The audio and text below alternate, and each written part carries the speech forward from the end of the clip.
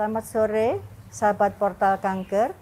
Assalamualaikum warahmatullahi wabarakatuh. Salam sejahtera untuk kita semua. Pada sore hari ini, kita bertemu dengan sahabat saya Dr. Fiastuti Wicaksono untuk membicarakan mengenai zat pengawet dan hubungannya dengan kanker. Dr. Fiastuti, zat pengawet makanan itu apakah diperlukan sebetulnya? Ya, sebetulnya kalau ditanya diperlukan atau tidak, betul kita perlukan zat pengawet itu. Untuk apa? Untuk memperpanjang masa segar dari makanan. Mbak Nur bisa bayangkan, kalau ikan ini tidak diawetkan, berarti kalau lewat dari 1 hari terjadi pembusukan. Daging ini tidak diawetkan, lewat dari 1 hari sudah busuk. Sehingga kalau ditanya apakah zat pengawet dibutuhkan, betul, zat pengawet itu dibutuhkan untuk memperpanjang masa segar dari makanan. Oke, kemudian zat pengawet itu apa saja? Apa saja toh sebetulnya zat pengawet itu?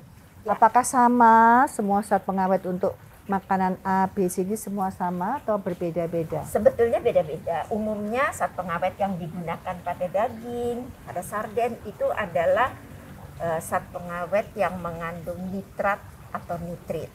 Zat pengawet yang digunakan untuk ikan seperti yang banyak dikonsumsi oleh orang Indonesia untuk ikan asin itu adalah garam dan adanya proses fermentasi.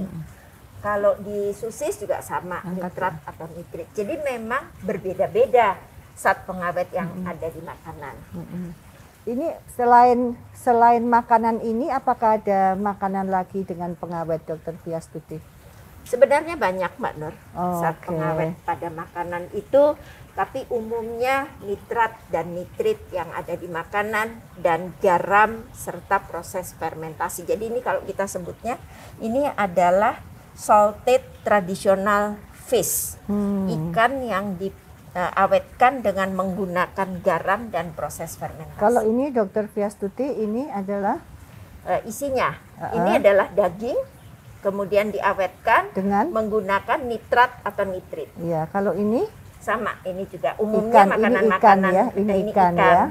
Sedangkan ini Dr. Fiastuti, ini sosis daging juga, jadi menggunakan nitrat atau sama nitrit. Ya, cuman ini bentuknya panjang, ini bercicacah ya. Oke. Apakah ada batasannya Dr. Fiastuti memakan makanan yang berpengawet ini?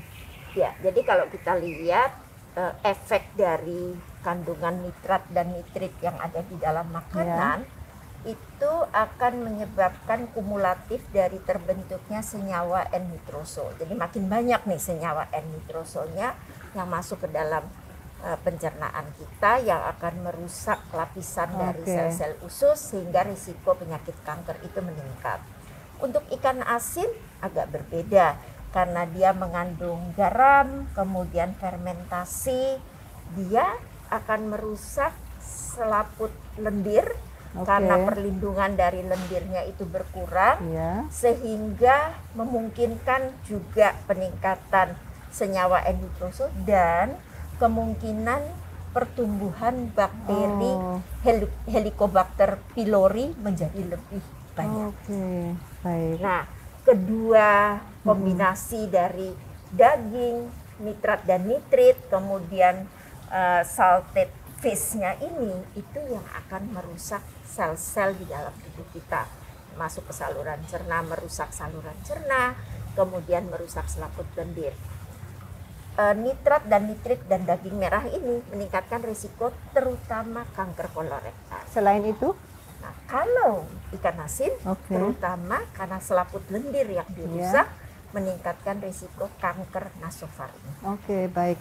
Jadi untuk adik-adik yang masih kecil-kecil di mana biasanya ibunya ingin praktis kemudian memberikan makanan yang berpengawet, tidak dianjurkan tentunya ya. Ya, jadi menggunakan makanan segar yang baru dimasak tanpa perlu diawetkan karena harus disimpan lama tentu menjadi rekomendasi yang kita berikan pada sahabat-sahabat Portal Kanker yang ingin menjaga kesehatan diri, kesehatan keluarga. Baik. Baik, begitulah sahabat Portal Kanker. Siang hari ini kita sudah mendengar banyak sekali dari Dr. Fiastuti kerugian apabila kita menggunakan makanan yang berpengawet. Tapi sekali-sekali boleh kan, Dr. Fiastuti? Boleh sekali-sekali, tidak setiap hari. Ya. Jadi ada solusinya. Bagi teman-teman yang gemar makanan seperti ini, maka masih boleh dimakan, tetapi tidak terlalu sering, tidak setiap hari. Dan tadi dikatakan bahwa kita harus justru memakan makanan yang sehat, yang segar, sayur-sayuran, buah-buahan, dan makanan ikan segar, daging segar, dan mungkin telur dan sebagainya. Baik, terima kasih Dr. Fiastuti. Terima kasih kembali Dr. Nurwati. Mudah-mudahan apa yang kita sampaikan sore hari ini bermanfaat. Dan episode kali ini saya akhiri dulu dengan ucapan terima kasih atas perhatiannya. Wassalamualaikum warahmatullahi wabarakatuh. Salam sejahtera untuk kita semua.